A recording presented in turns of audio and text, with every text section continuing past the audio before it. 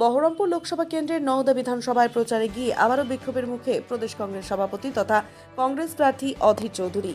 নওদা বিধানসভার দমদমা শ্যামনগর থেকে পায়ে হেঁটে প্রচার শুরু করেন অধীর চৌধুরী।